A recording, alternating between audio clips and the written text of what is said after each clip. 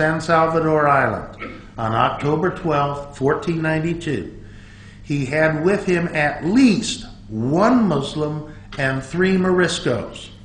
Now, the term Morisco may be new to many of you here in the audience, so let me digress for a moment. 1492, Granada had just fallen. The Spanish Inquisition was in full steam. Massive religious persecution was going on against both Muslims and Jews in what had been Muslim Andalusia. The Catholic Church was persecuting, torturing, and killing Muslims. The Muslims in what then was Spain received a fatwa from North Africa that said you can go ahead and do a sham conversion to Christianity because you are in such danger. Just continue to practice your Islam in private. Those people, those Muslims who underwent this sham conversion and their descendants are known as Moriscos. So with that in mind, let's look at Columbus's voyage. The avowed Muslim that we know of was an African named Pedro Alonso Nino, and he helped navigate the Atlantic and map the islands of the Caribbean. The Moriscos were the 3 Pinzon brothers: Martin, who was captain of the Pinta, Vicente, who was captain of the Nina, and Francisco, who was a pilot of the Pinta. Columbus sailed with 3 ships. 2 of them were captained by Moriscos. In addition, one sailor, Rodrigo de Triana, also known as Rodrigo de Lepe, converted to Islam upon returning to Spain. Of note, he was the first person on Columbus's first voyage to sight land.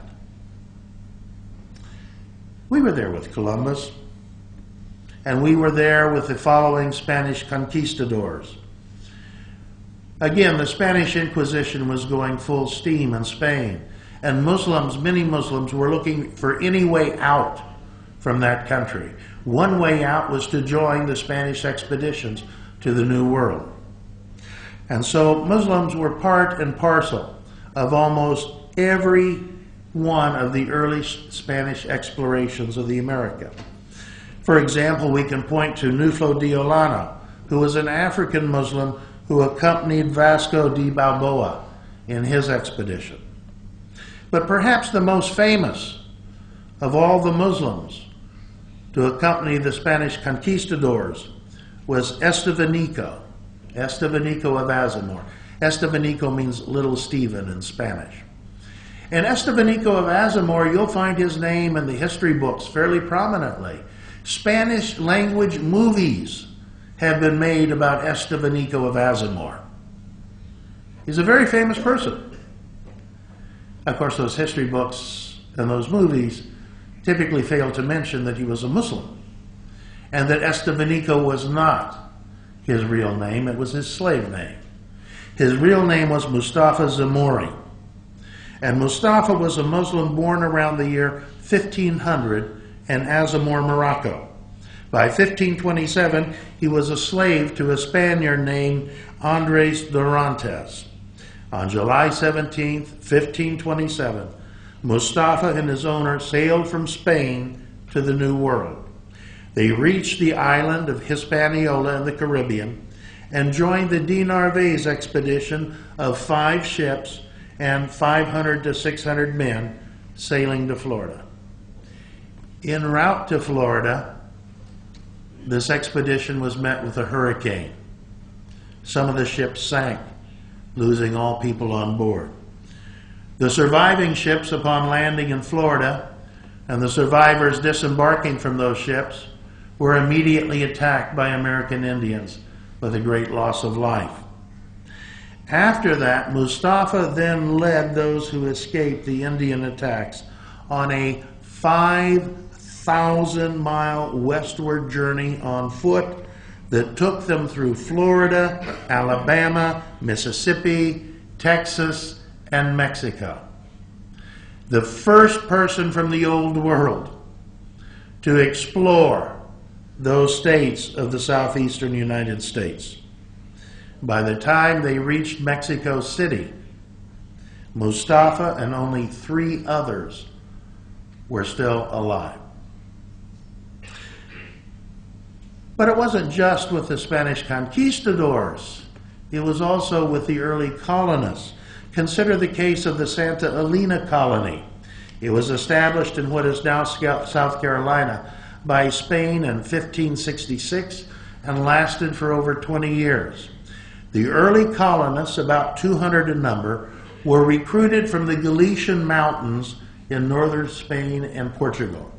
This geographic area was heavily populated by Muslims and Moriscos, and it can be safely assumed that many of these Santa Elena colonists were in fact Muslims. It's also known that Spain settled Turkish Muslims who were silk and textile workers in Cuba, Mexico, Florida, and the American Southwest during the 16th centuries. But it wasn't just Spain. It was also Great Britain. During the 17th century, England settled Turkish Muslims, also silk workers, in the British colony of Jamestown, Virginia. The earliest written documentation of Turkish Muslims being in Jamestown is found in the year 1631. In fact, these Turkish Muslims became so numerous in Jamestown that the colony of Virginia passed a law prohibiting the importation of any more Turkish Muslims into the colony. We were there. We were there all along. And we also built the agricultural base of the American South. In one of the saddest chapters of American history, the agricultural base of the American South was built on the backs and the blood of enslaved Africans and their descendants. Of the approximately 20 million enslaved Africans that were brought to the Americas, approximately 20 to 30% were Muslims. And many of these 4 to 6 million enslaved Muslims were highly educated. Many of them were scholars and imams, and at least one was a sharif, a direct lineal descendant of Prophet Muhammad, peace be upon him. For years, small county museums in the American South had what they thought was sort of magical scribbling done by some African slaves centuries ago. In the last half century, scholars have started going into these small museums and looking at what's there. And what they have found is entire Qurans written in Arabic from memory by these slaves. Entire books of fiqh written from memory in Arabic by these slaves. Some historians are now estimating that the percentage of literacy amongst the slaves was actually higher than the percentage of literacy among the slave owners. It's just that the slaves' literacy was in Arabic and the slave owners was in English. In my book, Muslims in American History, I present 27 brief biographies of these enslaved Muslims in America. Let me share just a couple of them with you. The first concerns Yarrow Mahmoud. He was born in Africa around 1686 to 1707. Sources differ as to when he was actually born. He was enslaved and arrived in Maryland sometime around the year 1731, where he was purchased by the Bell family and put to work making bricks. Apparently, after building a brick home for the Bells did something that was most unusual in the American South. They freed Yarrow Mahmoud. This did not happen very often. But given his freedom, Yarrow Mahmoud continued to live in the area around what is today Washington, D.C. And accounts written about him at the time document that he was extremely well-liked and admired by all who knew him.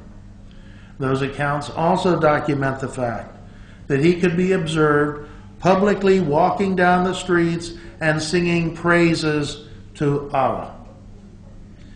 And when the time came